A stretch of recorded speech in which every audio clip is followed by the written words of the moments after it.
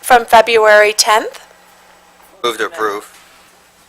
We have a motion and support to approve those meeting minutes. All in favor say aye. Aye. Opposed? Motion passed. Next on the agenda, we have appointments. Thank you. Under the Appointments of Human Services Board, we have the Human Services Coordinating Alliance. Current member is the Human Services Chair, and that position will follow through and carry over with Julie Alexander continuing on in that capacity. We have the MALF position, Member of Human Services Committee. We currently have Gail Mahoney serving on that. Do we have any applicants? Gail, would you like to carry on? We have an applicant, Gail Mahoney, Commissioner Mahoney. Are there any other applicants? We have a motion to move that name onto the... Support. We have a motion in support? Because that doesn't go to the full board, right? Oh, no. Okay, thank you. Sanitary Code Board of Appeals. We have the commission member as Carl Rice, the alternate as Julie Alexander. And if they are both willing to continue on, we'll move on with that. So, a motion in support?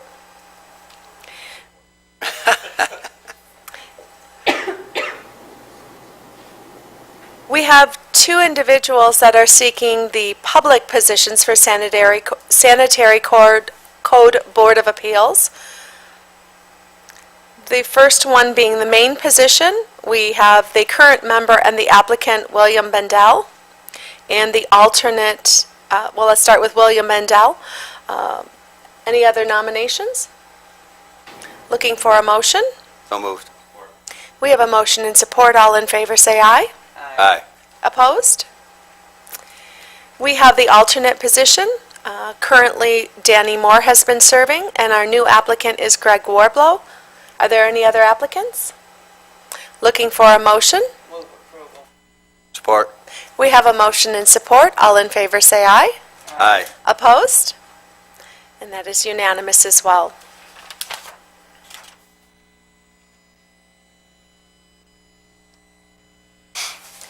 Moving on to the agenda, we have Lifeways. Mary Beth?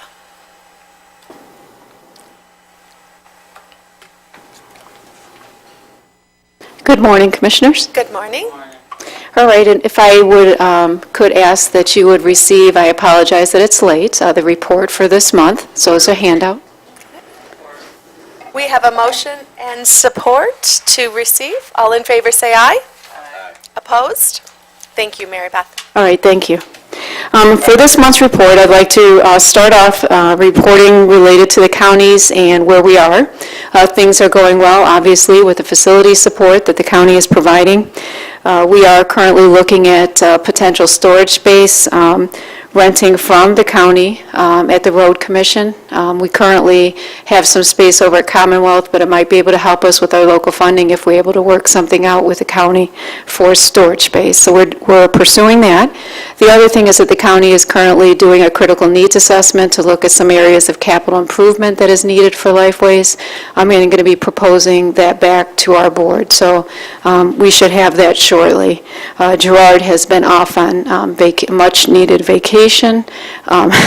And so now that he's back, we should be able to have something to report actually next month. Lifeways also was in the position, as we've spoken regarding the local match here, related to the Medicaid drawdown, that we were in a position where we did not have the local funds available to make that Medicaid match payment. Lifeways has made the decision not to do so and provided that correspondence to the department, and per our contract, it is not a breach of our contract with the department, but that it does, the department will actually take it out of our general fund dollars. So wanted the county to be aware because that does have an impact on local funding. The other issue is related to Lifeways is currently, and I was hoping to have this by last Friday, legal opinion in regards to the local dollars that are utilized to draw down that Medicaid match, and when the Medicaid, when we end up sending back some Medicaid dollars at the end of the year, that those local dollars that were utilized to draw down that match that would allow us to be able to keep that % of local dollars back.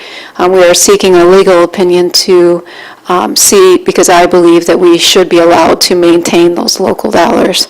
I was hoping to have something to present today, but I do not. So, I will keep that on your radar for next month. The other update is related to the Healthy Michigan Plan. As you know, there's been a lot of discussion about the Healthy Michigan, the Medicaid expansion, which is Healthy Michigan. That does go into effect, and it has a huge impact on the individuals that we serve. We've done an analysis of current individuals that fall under our general fund funding, and about 80% of those individuals will qualify for the meeting that federal poverty level under Healthy Michigan. So it's important that we, and we do have strategies internally to address how to work with those individuals and get them signed up. The challenge is that the application is not currently available, yet the Healthy Michigan expansion goes into effect April 1st. So as you can imagine, there's a lot of stress in the community mental health system, because the current planning is that they're cutting the general fund by 71%. As you had supported last year, your board had approved a resolution in regards to reinstating the general fund.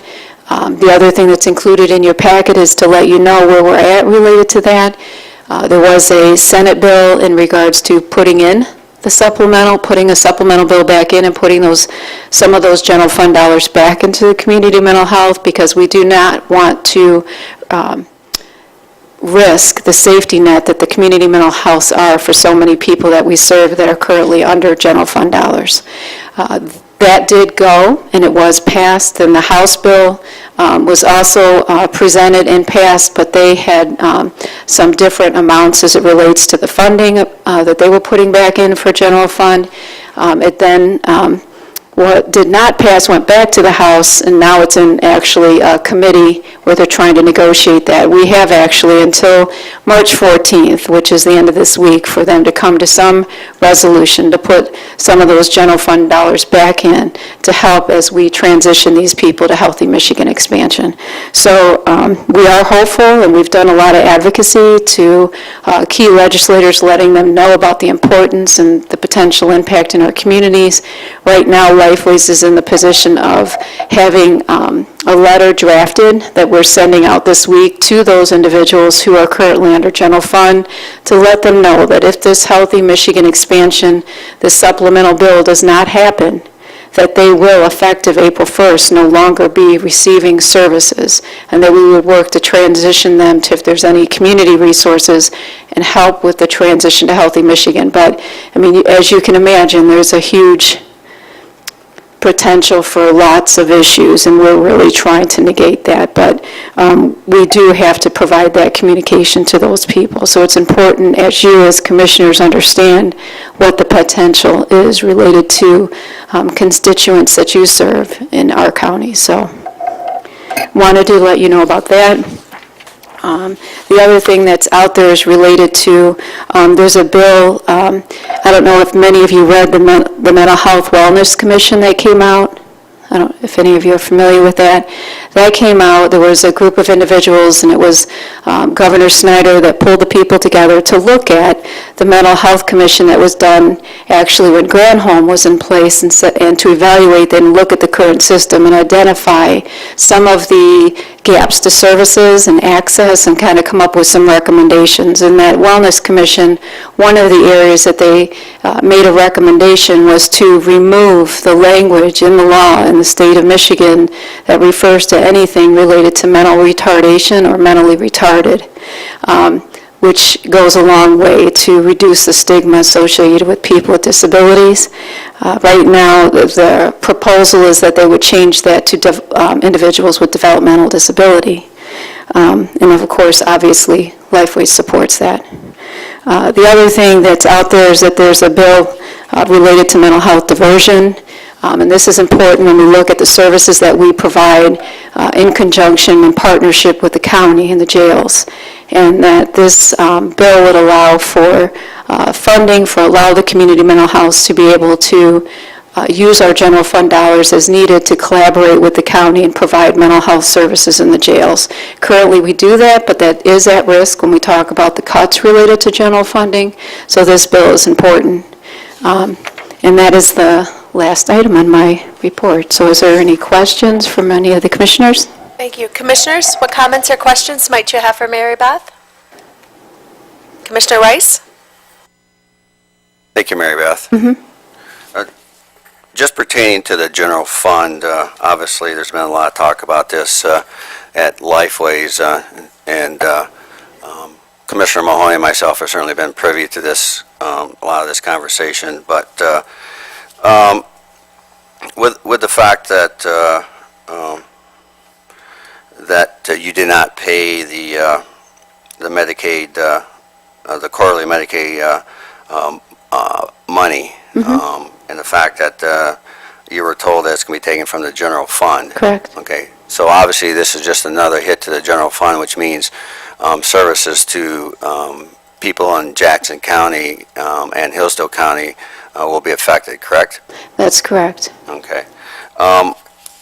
And another question I had in regards to that, obviously you made mention that at this point, it doesn't look like you're going to be receiving or may not be receiving. I know there's a lot of advocating out there, but the general fund itself will not be funded the same. And obviously, as has been mentioned before, the idea here is to catch up with the Healthy Michigan plan. But at this point, that would be another hit to our community and the services that have to occur with general fund dollars, because unless a person has Medicaid, general fund dollars have to be used, correct?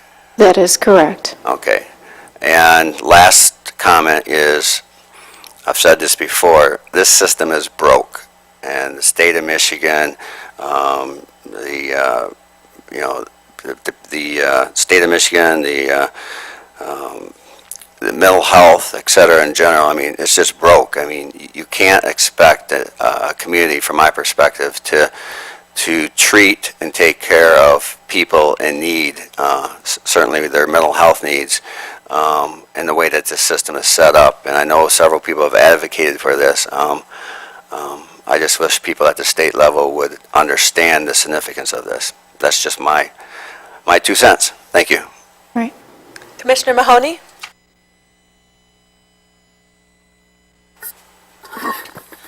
Mary Beth, are we prepared to continue our work with the jail system? Because certainly if a lot of this population loses their medical services, their medications would be affected, and normally that is the population that act out, if you will, without their medications and end up in jail. And because we don't have the money to continue with our mental health courts and all of those things, we're really going to have a huge problem. Is that right? Well, yes and no. Some of the mental health court, a lot of mental health court is funded through Medicaid, because a lot of the individuals are Medicaid individuals. So a lot of when you look at mental health court services, when you're talking about jail diversion services, those are individuals that are in the jail, and we can only utilize general fund dollars to serve them. That's the population. We're currently, it's estimated about $120,000 annually, Lifeway spends of general fund dollars to serve those individuals. That's the population that's at risk. And when we look at, as an organization, prioritizing the types of services that, once we know what the final impact will be with Lifeways, obviously the first thing from a executive leadership standpoint is to convene and look at those services that are the most critical. Obviously, with general fund dollars, you are required to serve those in crisis. So those dollars, we will have to do a projection to look at how much have we used in the past, historical data, and then look at what's remaining, and then talk about those services. And I would see jail diversion as being one of those services that would be a priority to try to fund if we have the funds available to do that. Yeah, but that's the problem with a 71% cut. It's going to be huge to have enough money to do those kind of programs. You are correct. And that is why we have been advocating at a state level extremely hard to communicate to legislators for them to understand what the potential impact to communities is going to be. If you cut by 71% the dollars available when you don't even have Healthy Michigan expansion available, people can't even enroll yet. So you're indicating starting April 1st that individuals, that Healthy Michigan expansion happens, yet you're going to have a lag period. You're not going to be able to get the 400,000 people that they're projecting statewide enrolled April 1st. So how does the system protect the safety net? And that's why we're so strongly advocating for the supplemental bill to be put into play to keep that safety net in place. And then to look at, part of this bill looks at doing like a cost settlement at the end of the year to say, okay, how many people were able to be shifted over, and then adjust the general funding based on that, and not allow the system to put individuals in our communities at risk. Thank you. Thank you. Just a comment.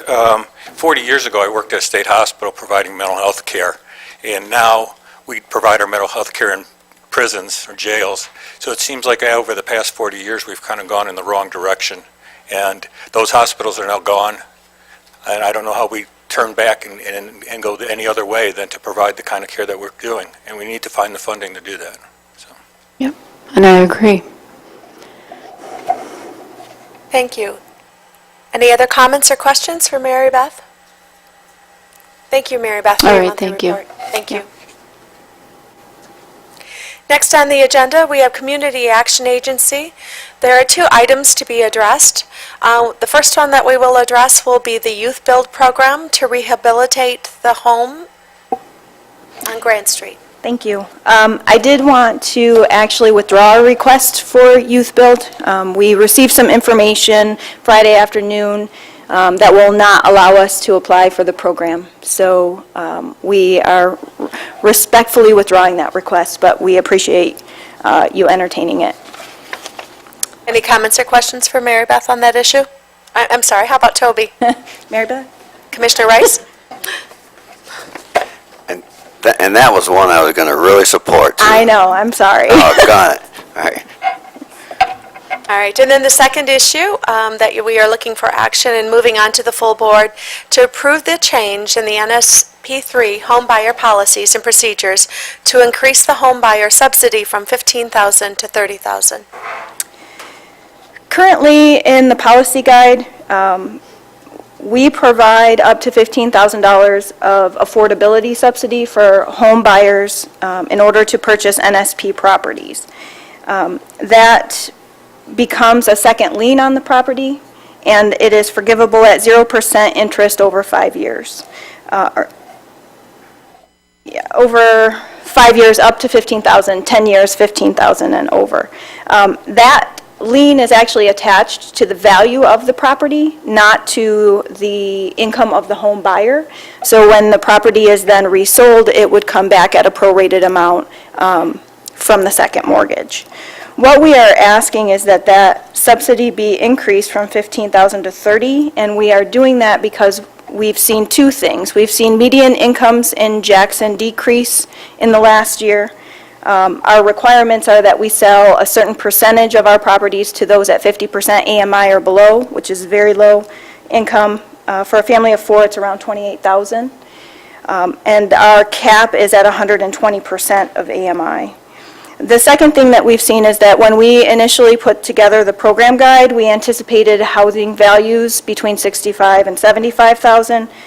And we have seen those values increase. We have appraisals that have come back at 115. And so in order to make those homes available for people within those AMIs, we are requesting this increase to $30,000. Further, we also have a requirement to provide a preference to those with disabilities. So we do have some families who come to us who are on fixed incomes, and a $30,000 subsidy would allow them to be in a home that would be affordable and that would meet their needs for physical disabilities. What comments or questions might you have for Toby? I would move that we accept the recommendation to increase the amount to $30,000. We have a motion. Is there support? There's a motion and support. Any other continued conversation or discussion? Commissioner Rice? I will not say a lot since I did speak at the study session on this, but I do have a real problem with this. And certainly I understand what you're talking here. I've been through this again, the AMI percentage and everything that you just stated, Toby. And I certainly do, again, I'll say this, I've said this to you before. This is no referendum on you. You're no referendum on you. You're obviously trying to do your job and your due diligence on this. But I do have a real problem with the way this is set up and the federal money that's being spent. You know, when a private person could fix up one of these homes for $30,000, $40,000 less, but yet because we're using federal taxpayers' money, we're spending $30,000, $40,000 more than the average person would do to fix up a home.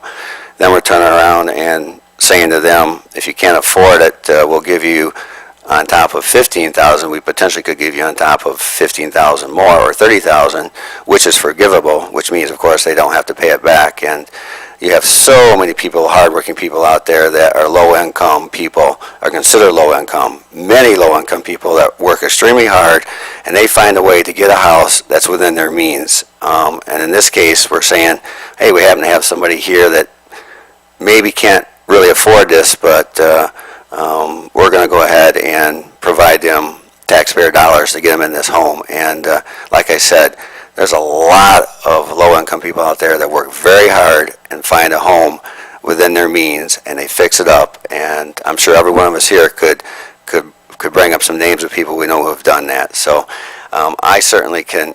You know, the 15,000's in there, but I can't support an additional 15,000. It's just not right to the taxpayers, and it's not right to the other low-income people who are working hard and do find a place to live within their means. And that's my point on that. And I do have one question about the report, unless another commissioner wants to talk right now. We have a motion on the floor, and we have a second. Are there any comments, additional comments regarding this motion that is being presented to us, which will be moved on to the full board? Commissioner Mahoney? I just have to disagree with Carl that there are a lot of people out there that are getting homes for $40,000 or $50,000 and fixing them up. I think what we will see with, like what I see in my district, is the continuation of the city to tear down houses that are potentially there that could be fixed up. But because people don't even have the money to do that, I mean, they say it's supposed to increase the property value of our homes that are living there, but, I mean, there's 2 or 3 vacant lots on almost every single street, and every day I see houses coming down, like, so I just disagree. I think that if we can help people to get into a home, and they meet the income requirements, and, you know, there's a lot of people that's working 2 part-time jobs. Their spouse is working a part-time job or a full-time job, and they're living in apartments because they cannot afford the upkeep of a home. They cannot afford to save money to be able to get into a home. And I mean, that's what the city's premise is that there aren't people that have the money to be able to fix the homes up and bring them up to code. So they're just tearing them down. Thank you. Are there any commissioners who have not spoken yet that would like to? Commissioner Placzek? Thank you. I reluctantly supported this. I feel like I should be sitting between Commissioners Rice and Mahoney right now. I see this as an opportunity to keep a neighborhood stable, and that's one of the reasons that I'll support it. And also, yes, and also, we spoke after the study session, and I was assured that the application process is very thorough, and I think that that's an important part, that we put somebody into a home that will keep it and be able to keep it up. Thanks. Commissioner Duckham? Thank you, Madam Chair. Well, it seems to me like the goal here is to keep the community stable, keep the housing prices from declining further. But as you said, the housing values are headed up, and that's part of what created this problem. So I don't see this as a needed subsidy to buy a home. I respectfully disagree with Commissioner Mahoney. The reason there's houses being taken down to the city is because there's more houses available than there are people that wish to buy them. And they're very, very substandard, where the city has done studies and costs much more to repair them than market value. I just don't see where it's government's responsibility to subsidize home sales so everybody can own a home. I mean, not everybody wants to own a home. Not everybody are homeowners. Some people are better off renting. I can't support increasing this to $30,000. Thank you. Any other commissioners with a first response before we move on to second? Commissioner Rice?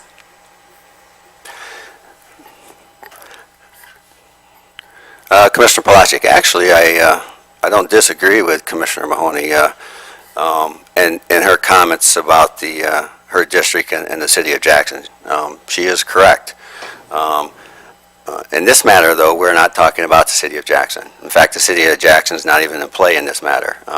This is Summit, Blackman, and Leone Township. And I can say this, and Toby knows this. Each place that she has located to find a home, buy a home, have it fixed up, and to be sold, I have been down. I've been to where those homes are. I've been in those neighborhoods. And you can always find somebody there that said, you know what, I bought my home for $20,000, and I slowly put in $10,000, $20,000 more. And like I said earlier, you know, one of us works 2 jobs, both of us works 2 jobs. And guess what? We have a really nice home.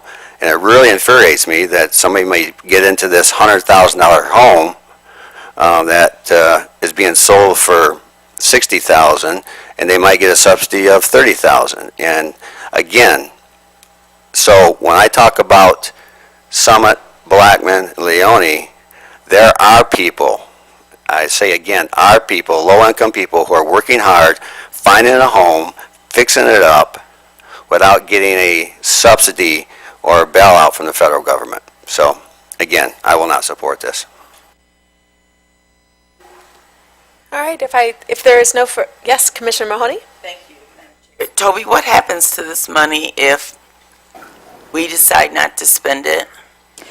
Well, the money's already spent, and so what I have now is an inventory of homes that we are holding that are on the market, and for as long as they have to be on the market, we have to pay to have the lawns mowed and the sidewalks and driveways shoveled. We have to maintain them. We have to make sure they're not being vandalized.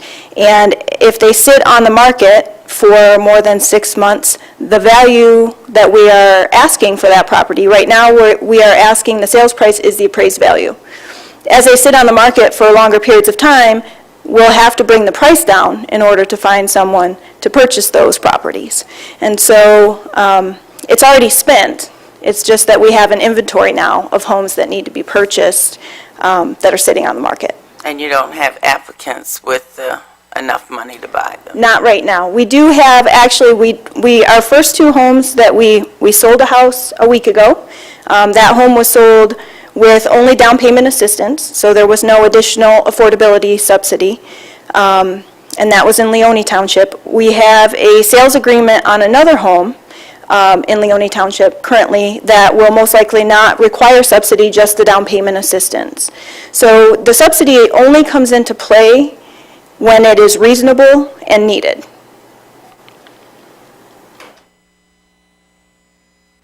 Thank you. Commissioner Lechka.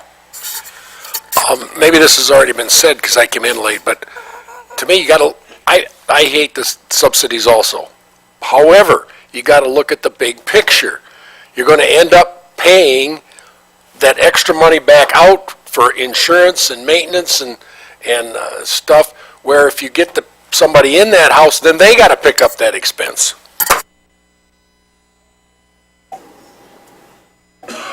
Commissioner Duckham. Thank you. I don't know how we can say that these properties are going to go unsold. The market's coming up. If you came to us in 3 months and said, they're not selling, we need this, maybe it's something that could be supported, but so let's try to sell it first. Other people may step forward and buy these. We don't know because it hasn't happened yet. We do actually have a house on Broad Street that hasn't sold, and it's been on the market since August, so we have decreased the price of that property.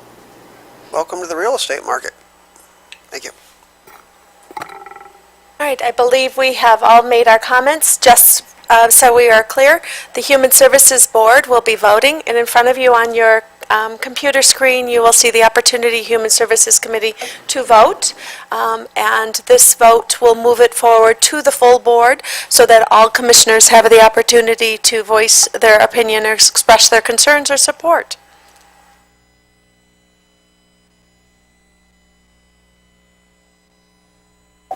So, Madam Clerk, if you would give us the results when they're in, please.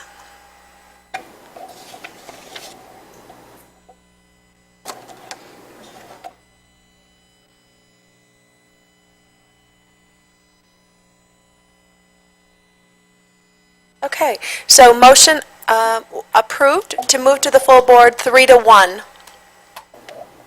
Right. Any other comments, questions for Toby? Thank you, Toby. Next on the agenda, we have the Health Department monthly report.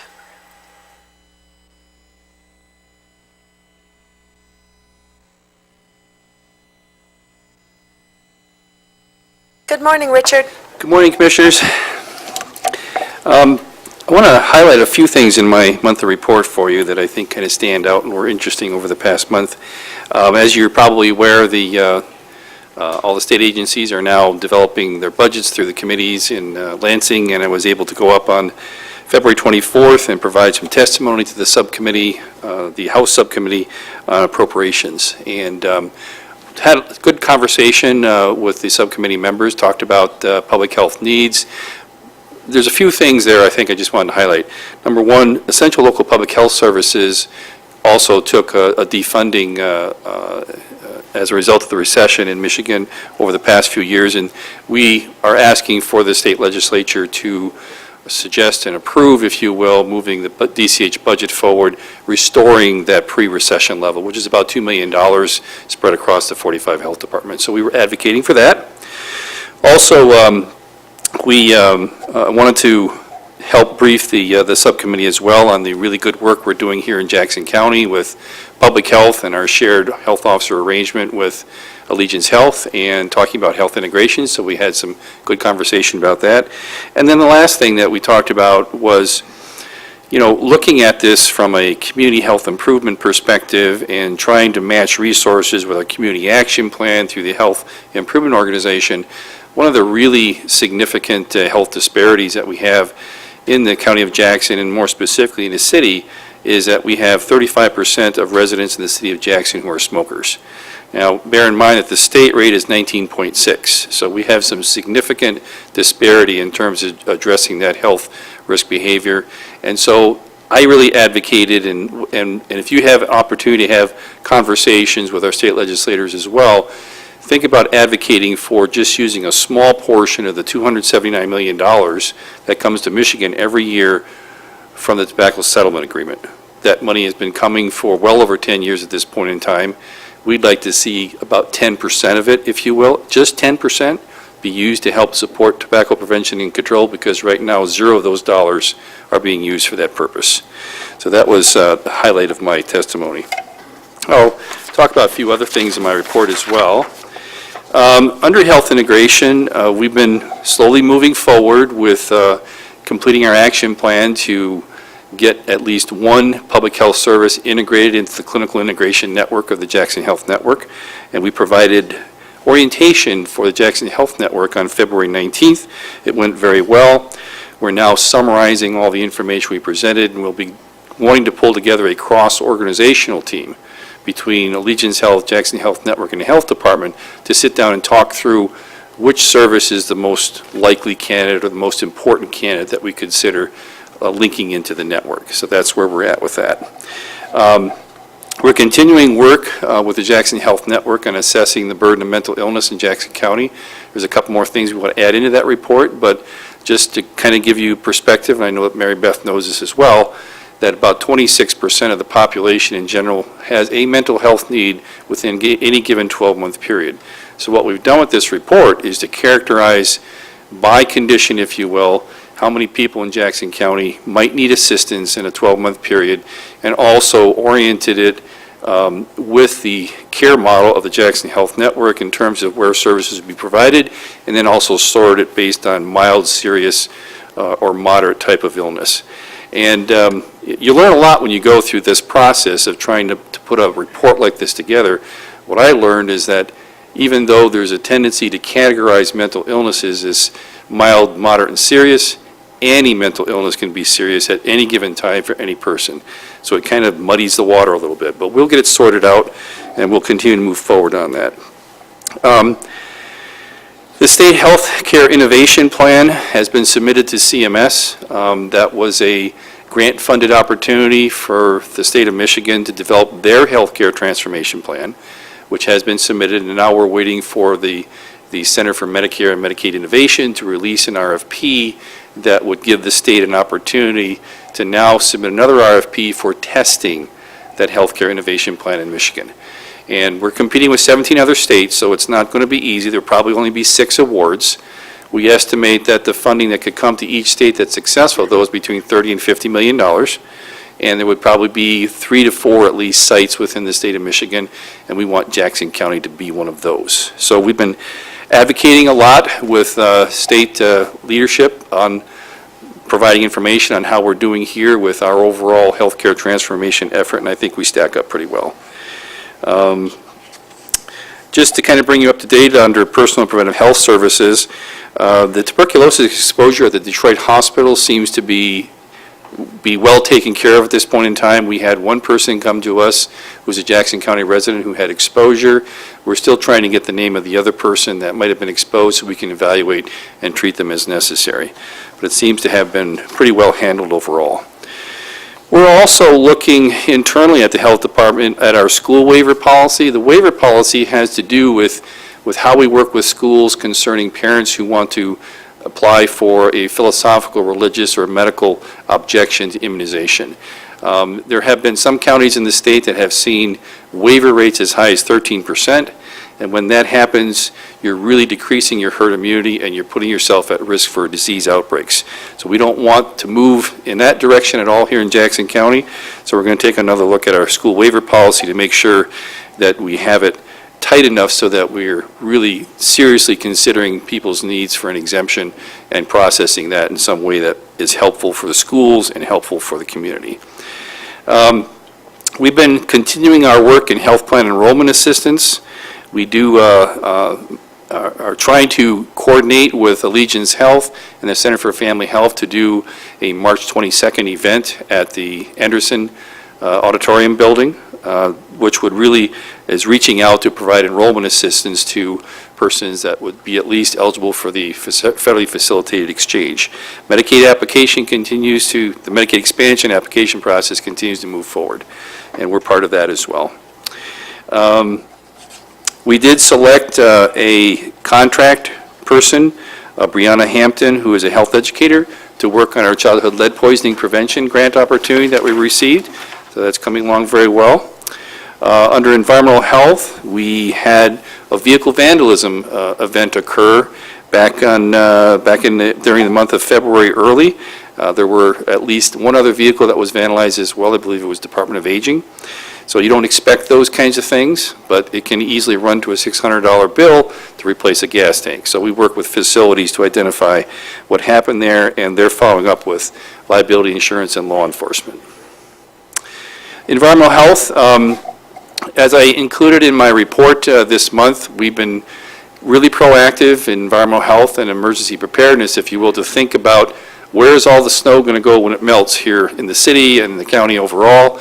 So we have a moderate level of concern about flooding in Jackson County. There are other counties that have much more of a risk for that than we do, but still, we're being proactive about it. We updated our public health fact sheet on flooding and what people can do, and that's posted on our website, and I included a copy in your packet as well. So we've been doing that. One other thing I would talk about is under the Type 2 Non-Community Water Supply Program, I mentioned there that we're scanning all of our paper files and we're filing them now electronically, and it's going to create efficiency. But one of the other things that's happening is that the EPA has proposed a new rule concerning total coliforms that would potentially impact the health department in terms of our funding in that program. It could drive more staffing time because of the way that they're setting up the testing and/or follow-up inspections associated with that program. So I wanted to give you a heads up that we're looking at that through our state association. And I think that's pretty much what I wanted to highlight in my report. I'd be happy to answer any questions anyone has. What comments or questions might you have, Commissioner Placzek? Thank you, Chair. In regards to the school waiver policy, do you know why people are deciding not to get the immunizations, and do we use it as an educational opportunity? Well, that's what we want to use it as is an educational opportunity. What we know for a fact is that most of the exemptions that are being requested are philosophical in nature. They're not medical and they're not religious.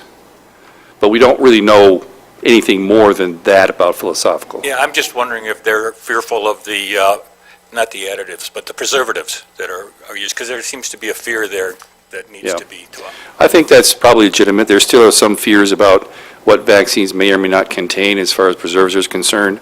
But overall, most of the childhood vaccines are preservative-free at this point in time, at least of thimerosal, so it's really not an issue. So the education becomes really important. You had mentioned 13%. Is that what? Some counties in the state have been Up high to. as 13. As We're high at 3.6 to 4 Okay. here in Jackson. So is that at the state average? That's a good rate. That's a lower rate, okay. Yes. It is significant. This is specifically significant for school secretaries because everything needs to be documented. If you have a child with measles, again, or something is diagnosed, then you need to notify your non-immunized children and students, and it makes a significant impact with even attendance at school. Absolutely. I mean, if your rate starts to really get high and you have, for instance, a measles exposure, every child in that school who is not immunized against measles, and there was usually an MMR vaccine, will get excluded Yes. for up to 2 weeks. So it can really have an impact on families Yes. and schools. What other comments or questions before we address the second issue here in regard to his monthly report? All right, Richard, moving on in the agenda, we have Health Department, presentation of the 3-year accreditation certificate. Thank you very much for giving us some time to do this. I'd like to ask Conrad Edwards to come up from the Local Health Services Office and make a few comments, and then we can figure out how we want to make the presentation. All right. Conrad? Welcome, Mr. Edwards. Thank you very much.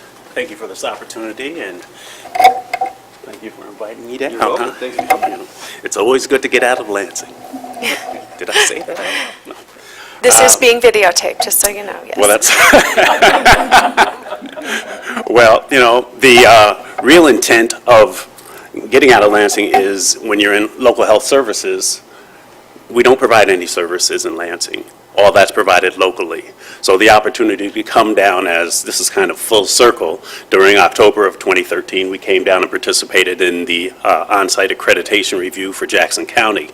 And that's usually an intense week where we look at, as Health Officer Toon explained in the documentation, about 9 programs. In reality, we actually end up looking at about 11.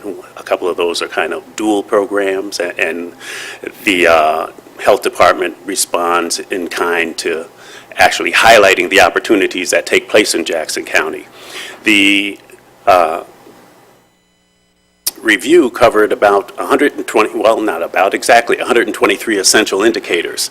And as was previously noted for you, Jackson County met all 123 of those right out of the box. Okay, so usually we provide, that's well worth a round of applause, because it doesn't happen that often.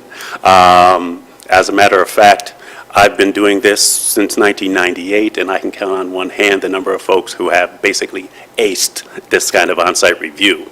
So that is indeed worth celebrating. And the other important factor that we always like to highlight when we come down and have an opportunity to share this with you is that health departments exist because you as commissioners make that possible. The code in and of itself says that every local governing entity must provide for a health department. The type of health department you get is reflective of the kind of support that the people who man or person that health department do. And in Jackson County, you've got a really talented group of folks, and you're doing some really innovative things. Just as a quick example, you know, Jackson County was on the lead when we rolled out the electronic benefit program for the WIC program. It was on the lead when we rolled out the electronic EasyLink program for our children's special health care services. And as I was pleased to look at, you know, the platform that you all have adopted with the board docs is a very informative and a critical change that doesn't happen everywhere else across, you know, the state, so that's a good thing. So the joy of doing the accreditation is not only coming down to do these, but one of the reasons we come down to review programs, even though we have standards that are mutually agreed upon, and by that I mean that local health departments and representatives come and meet with the state, and together we develop what a good WIC program looks like, what a good children's special health care program looks like. Those standards are determined, they're vetted with the people who do the programs, not with the state, but the bulk of the representation are program folk who constantly engage in this activity every day. That's where you end up with these kinds of results. People that are committed to those kinds of programs, to providing those services here in Jackson County, end up doing whiz-bang work, and we end up with this award, which is not only cooperation of the good effort of the staff that Richard has, but as I said, it's reflective of the effort that you all put in terms of supporting the health department. Because without that, health departments falter, they fail, and consequently, people are denied the opportunity for services. So I'd like to congratulate all of you, as well as Richard and his health department. So. You can, all right. Would you like to come around and have a photo with us?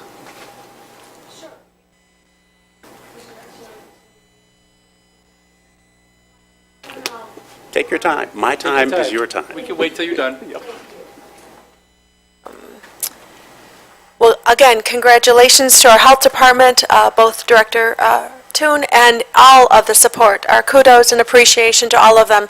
So, Richard, if you would be so kind to pass that information on. Any other commissioners want to make a comment? Again, congratulations, 123 out of 123. That is very impressive. MSU semi-annual report.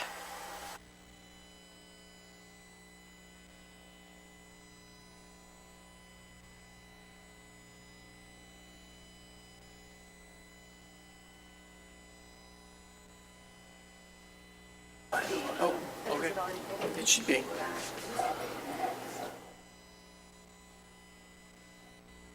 Well, yeah. Oh, who's first? You're first. Yeah, we good? All right. Good morning, Commissioners. I'm Brittany James. I am the 4-H Program Coordinator for Jackson County and with MSU Extension. I'm going to start talking about 4-H and some of the things that we've been doing over the past couple of months. This picture here is actually our county awards that's held every fall. We have over 50 kids who won awards. This makes them eligible for state awards up at Exploration Days this year. In 2013, we had over 2,500 youth reached through MSU Extension 4-H programs. Not all of them were long-term, so we have 456 enrolled members. Over 120 screened volunteers in the Jackson County program. That means they've gone through the background check and they work with youth in several different project areas, several different capacities. So for 2014, our enrollment goal was to increase our enrollment by 5%. Not all of the numbers are in completely, but it looks like we're actually going to be hitting about 10% growth. So that's really great for the Jackson County program because there's lots of opportunities for growth, and I'm really looking forward to that. One of our big projects for this year is to take our leader council. We're going to change the structure of that a little bit. We're actually going to move over to a youth-driven board. So traditionally, we've had all adults on the board with our president, vice president, secretary, and treasurer. The board has actually decided to shift and give youth a little more responsibility in their education and giving them the opportunity to do that. Also, another area that we decided that we need to expand is our Clover Bud programming. That's our 5 to 8-year-olds. We decided that we weren't really serving that population because most of our kids go to fair, and you can't show an animal at fair until you're 9. So our underserved youth, the 5 through 8-year-olds, we've put together a task force where we're going to grow that program, give our leaders and our clubs a little more opportunity to see what they can do with the younger members.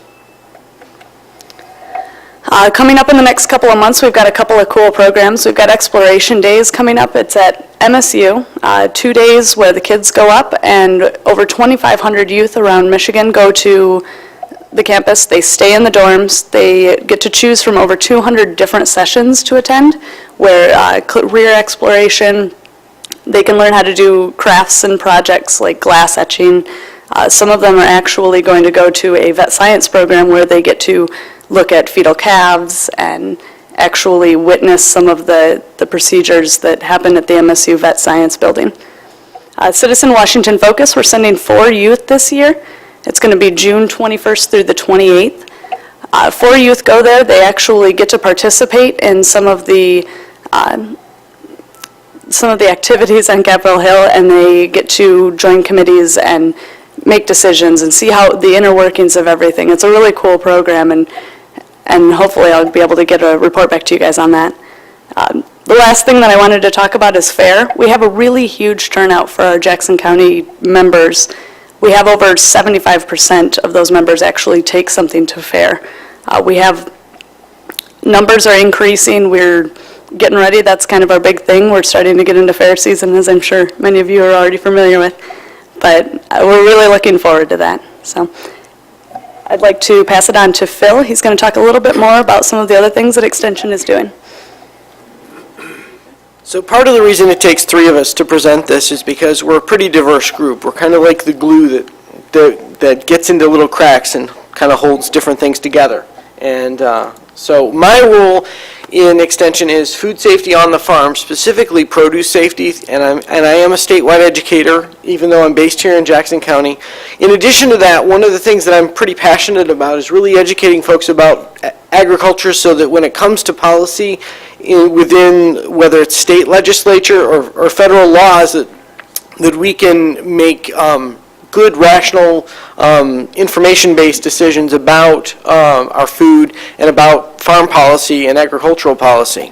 One of the things that I help on, Jackson County Farm Bureau every year puts together the Project Rural Education Days, and MSU Extension is a strong partner in that program. We work with curriculum development, getting curriculum extensions into the schools to help the teachers actually take that information and really put it into their curriculum. It is, again, a collaboration with Farm Bureau as well as Jackson County Conservation District and Jackson County Ag Council. All of us work together to really bring that program about. Right now, we have 1,300 students registered for next week's program, or 2 weeks from now's program, and it's actually growing. So we're actually going to be more than 1,300 students before all is said and done. I'd like to invite all of you out actually to volunteer that day. If you're we're more than welcome to have you. I know we're going to see a few of you, but for those of you that we don't normally see, if you want to come on out, be there at 8:30 or 8 a.m. at the fairgrounds. We'd be happy to take you on to be a part of it. So it really is a good experience. We learn a lot about agriculture, and we teach a lot about agriculture. A lot of these kids have never seen sheep getting sheared or been up close and personal to an animal, so this gives them an opportunity to understand a little bit more about their food system. Now, some of you heard from me last week about the school garden program that we do in collaboration with FSEP in the elementary schools.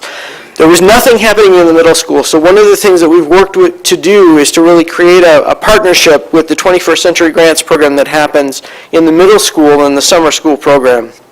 We actually created a pilot project with Jackson Area Career Center and the 21st Century program, and they actually raised chickens over the course of last summer. And it was interesting because these kids had never touched farm animals, never raised farm animals. Not only did they get to raise the farm animals, but they actually got to eat them in a chicken barbecue at the end of the program. So it was really, I mean, it sounds kind of awful, but it was really good for them to understand where their food comes from in a really visceral way, because they got to raise it and then they got to eat it. So now, as a result of that, actually, there were 3 new evening agri-science enrollees as a part of this, as reported by the Career Center, and then 1 youth is actually considering agriculture as a profession. So we've got some real interest from these middle schoolers from this experience. It really affected them. I actually was friends with one of the kids' parents, and she's like, she really needed this experience. Now she really understands that this stuff is all related to the dirt, and if we care for the earth, we can really create something. We all need to care for the earth because we're linked to it. So, and then finally, the last thing that's sort of near and dear to my heart is the Jackson County Family Farm Fest. It's going to be happening this year, September 20th. There's 4 sites that we've chosen so far. These are the only 4 sites we're going to have, if I have anything to say about it. Weber Dairy is just over the line into Ingham. It's a small dairy farm. Priggetzer Farm Market, we're basically centered in the northeast, and basically the goal is to rotate around the county and showcase the farms in a given area and allow people the opportunity to kind of see what's going on these farms and really create an open house atmosphere. Again, the key for these isn't, I mean, entertainment and light education is a part of it, but really it's to really drive home this idea that there's more to your food system than just simply a bucolic approach to agriculture. A lot of folks think of farming as being just a general, sort of a small farm sort of feeling. And in reality, agriculture is much more than that, and an educated populace is really the first step in understanding rational farm policy, and that's really where we're going. So with that, I'd like to turn it over to Tom Guthrie. Good morning. Tom Guthrie, Extension Educator, based here in Jackson County. I have statewide responsibilities working within the equine and swine industries. So one of the major things I wanted to talk to you about today was law enforcement training. Back in 2012, if you remember the summer, we had quite a bit of drought, and hay wasn't as available as it used to be. And so the status of Michigan Horses Interagency Working Group was formed with MSU Extension, Michigan Farm Bureau, Michigan Department of Agriculture, Michigan Humane Society Farm Service Agency. We all got together, we started looking at what could be some potential issues coming up because the hay availability was not there. And some of those issues that we talked about were thin horses being reported. So in 2013, we developed a workshop for law enforcement agencies, because realizing that they would be on the front lines of some of these issues that were coming down the pipeline. So we held 4 statewide workshops. Most of the participants were animal control officers. We held those workshops in Monroe, Traverse City, Mount Pleasant, and Marquette. So we covered the state. And our intent this year, we have a proposed date of April 2nd to offer that here in Jackson County. But not just for the horse industry part of it, but to expand that with all livestock species. Okay? And so when we're looking at the horse population throughout the state, Jackson County ranks 4th. Okay? Oakland County is number 1, Washtenaw is number 2, Livingston's number 3, Jackson number 4, and Hillsdale number 5. So we have a lot of horses in this area. So that's our intent. The proposed date is April 2nd, coming up for law enforcement training there. Let's see if we can get this off here. Okay, the next one for the swine industry is porcine epidemic diarrhea virus. That's just how it sounds. Clinical signs of this virus, pigs get diarrhea, there's vomiting, and with little pigs, there could be up to 100% mortality with pre-weaned pigs. Okay? This virus only affects swine. It does not infect humans or other livestock. The significance of this is this was never found in the United States before May of 2013. It was found in Iowa. Now it has spread through 26 states. Currently, it's spreading in the south central part of the state. And the importance of that is with our fairs coming up, okay, all of our 4-H pig people will bring all of their pigs in to get tagged at a central location. Right now, we're working with Dr. Trupiano and Brittany to get the swine leaders together to come up with some other type of solution, so we're not bringing all of those pigs to a concentrated spot and then trying to eliminate or decrease the risk of disease spread with that.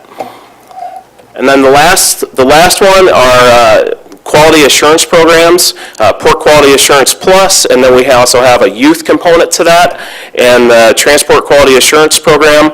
These are programs of the National Pork Board. Most packers these days are requiring producers that they're receiving pigs from be certified in these programs to increase consumer confidence. The two main components of these programs are food safety and animal well-being. So in April, we've got 2 sessions coming up for the youth that will be getting certified to bring their pigs to the Jackson County Fair, and then also have an adult session scheduled for that as well. So thanks for your time. Do you have any questions for any of us? Thank you, Michigan State Extension individuals. Any comments or questions for this group? Commissioner Rice?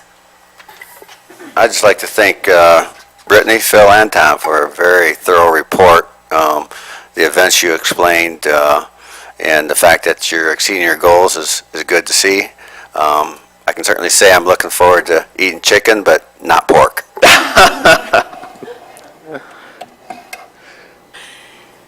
Commissioner Lechka? I'll just drag this out a little more. Our Angus herd has been in existence for 60 years, and it's just a 4-H project that got out of control. So I always tell everybody, be careful what you get your kids involved in, because it might turn out to be something good. And agriculture is the most important industry in the world, because you can't live too long without anything to eat. So don't forget that. And these events that we put on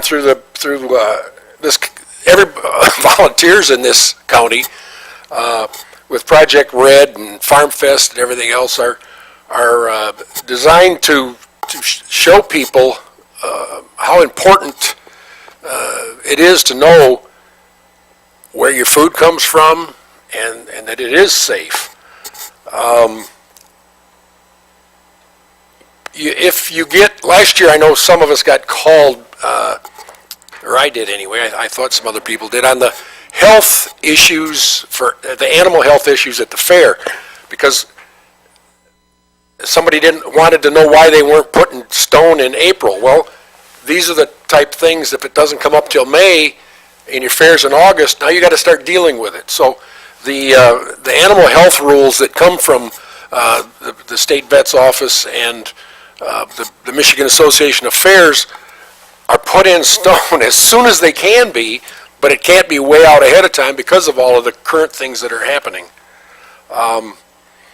And just an offshoot on Farm Fest, it's a wonderful way to clean up your farm when you sponsor it. Thank you. And again, thank you, MSUE Thank team. you very much. Thanks. When we look at the agenda, we see that there is one final reporting group, and that is Department on Aging, which we'll call up next. However, an omission was made, so if I may be indulged by the Human Services Board to add DHS following the Department on Aging. Thank you. Marcy? Yes, good morning. Wanted to let you know that with our Meals on Wheels program, many of our participants receive the hot meal for the weekday meal and then a second meal for supper, and that has been a cold meal for several years, a sandwich, salad, fruit, one-third the daily requirement for nutrition. And we're switching the weekend meal to frozen meals instead of the cold, and this will make things more efficient as far as keeping the meals at the appropriate temperature in the summer and also in the winter. When we have a Friday where we can't deliver weekend meals, if they were frozen, we could put them back in the freezer. When they're cold, we can't do that for all those meals. So I just wanted to let you know that change will be happening by the end of March. And I attached a list of how we receive feedback from the people that we serve, our client feedback schedule, and we try to have a variety of ways to hear back from our participants. Written surveys, telephone calls from the advisory council, or even staff will call people. And during our in-home assessments that we conduct every 6 months, we do a review and just to ask questions, how are they satisfied with home care, their meals, counseling, information and assistance, Medicare, Medicaid assistance program, that type of thing. So just wanted to let you know that is on an ongoing basis. We keep data, statistics, but we want to hear back from people how things are going. And I'd also like to mention that in May, we normally have a senior festival, and I say normally because there's a committee of employees through the high performance organization retreats that we've had that they are recommending we transform that annual event. So they are working on changing the May event to something different, and I'll have more details about that next month. So any questions? Commissioners? Thank you, Marcy. And so the other commissioners are aware, some of the conversation about the appointments to the Department of Aging, I did have a chance to talk to Marcy about that as well prior to our meeting, so she's informed. Thank you. All right, thank you. And next, we have DHS. I am pleased to introduce our board and the public to our new DHS director, Mrs. Zoe Lines. Good morning. Morning, Zoe. Would you like to give us some background? And also, she has brought with her a new document, so I'll look for a thank you to receive. All right, so I'll pass that out. And if you would start with an introduction. Thank you. Thank you. And thank you for the opportunity to speak with you today. Hopefully this report is acceptable to you today, and if you'd like any changes for future, please let me know, and I'm happy to make changes as you would like. On February 3rd, I began as the director of Jackson County DHS following the death of the previous director, Jerome Caldwell. I have worked for DHS since 1990 in a multitude of areas, starting in Ingham County and for 1 year, going to Hillsdale County for a number of years in children's services, and then being in Lansing in the central office for a number of years.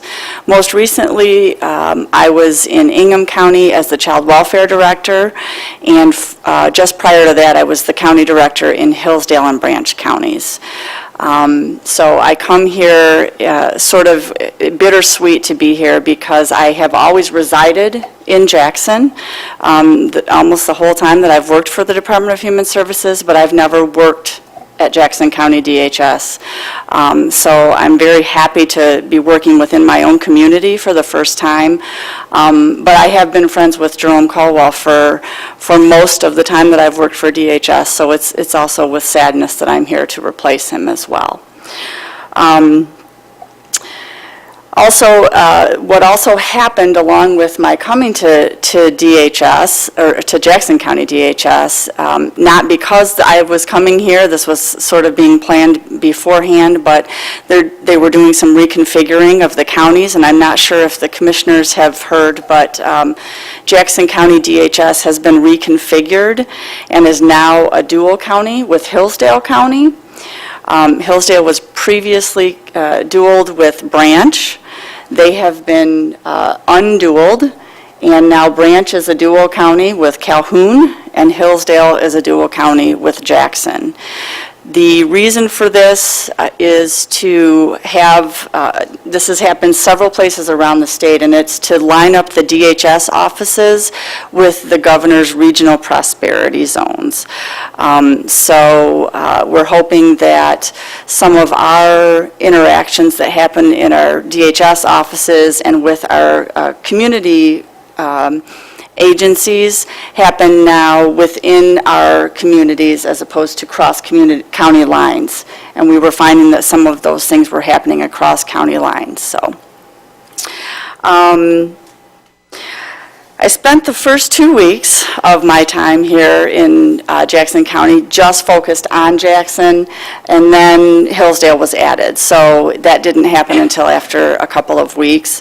I am spending most of my time in Jackson because Jackson, of course, is a larger county than Hillsdale. I'm spending about a day and a half 1 week in Hillsdale, and the next week 1 day. So I'm sort of doing it on a 2-week rotation.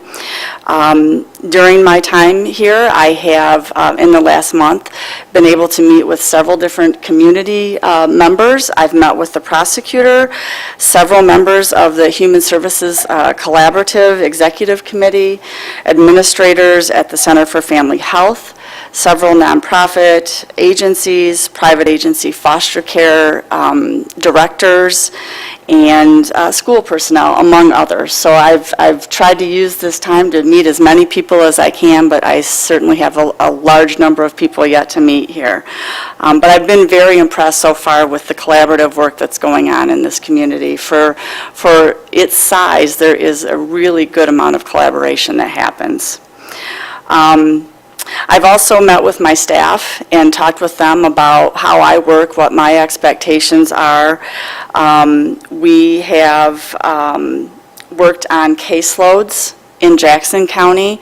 Children's Services, as you probably know, is under a federal consent decree. And so one of the things that we are required to have is caseloads at a certain level, and that is something that Jackson has struggled with over the last several years.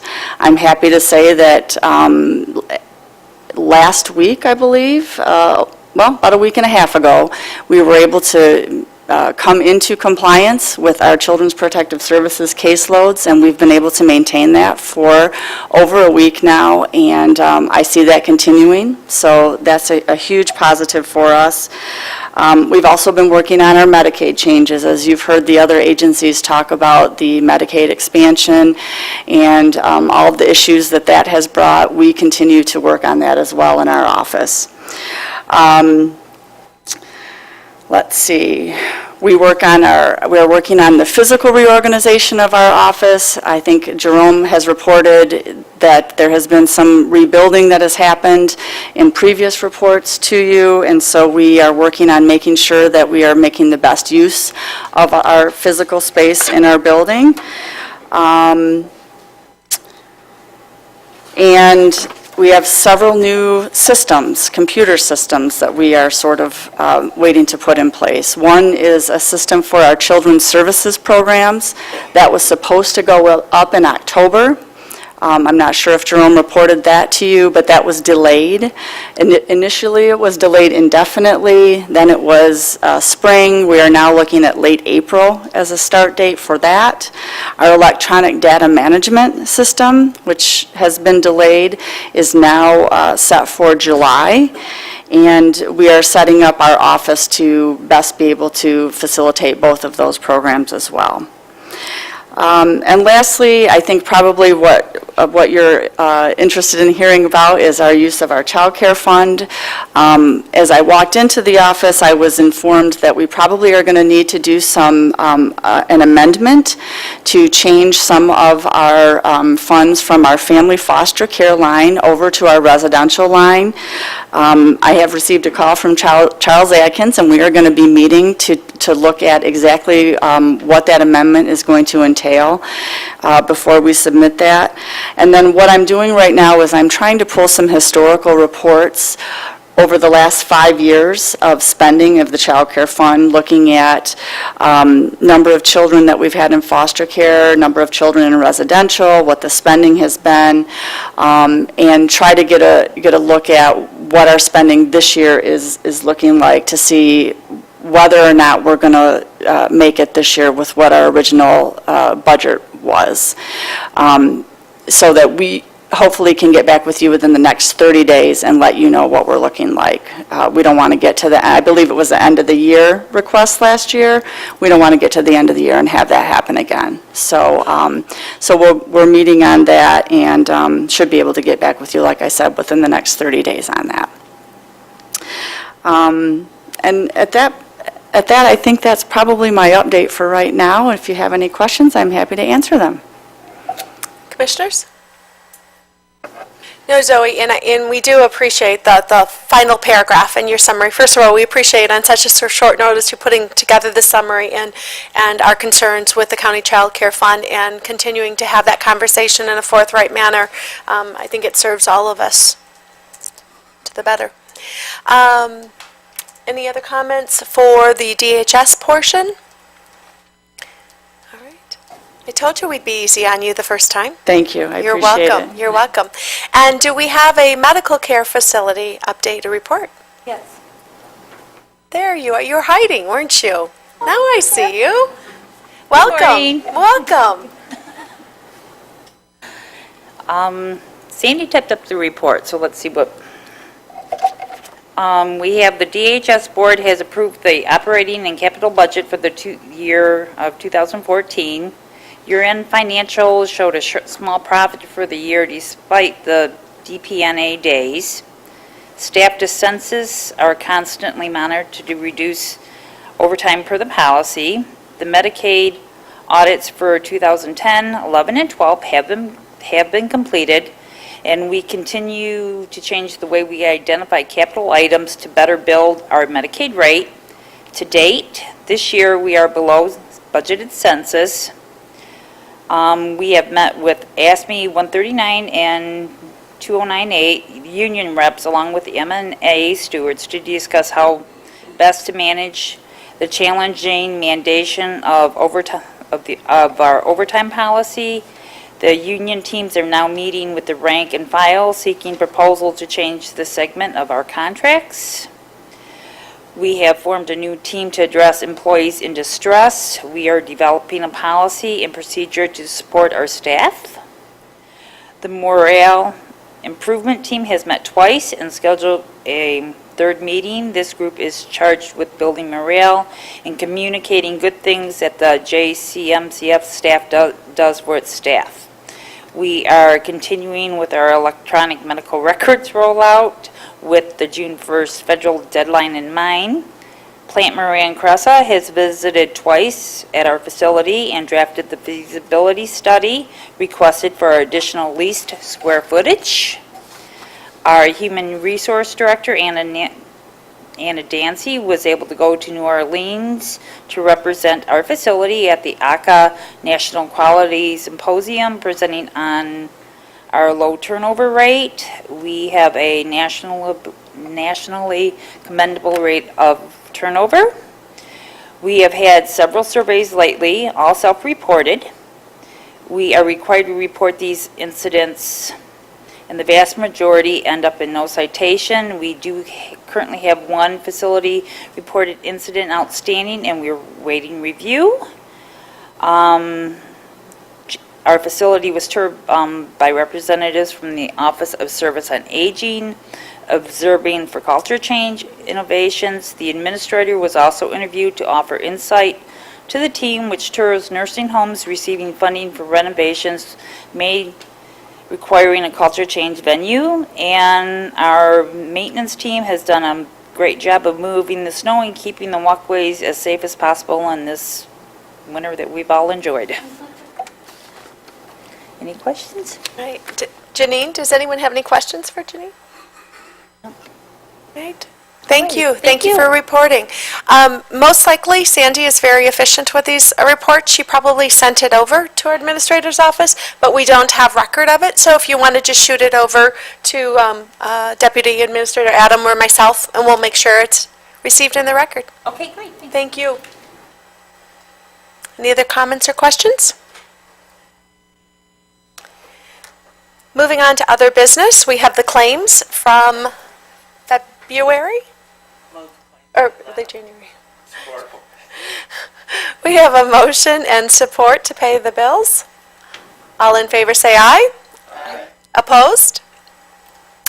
There are no other minutes to report this month. We have the April reporting schedule, which consists of Animal Shelter, Region 2 Area Agency on Aging, Community Action Agency, and I must add that word April just sounds wonderful, doesn't it? Public comment. Final public comment, there's a 3-minute opportunity to speak. Seeing none, are there any committee member comments? Any other commissioner comments? With that, I call to adjourn to the call of the chair.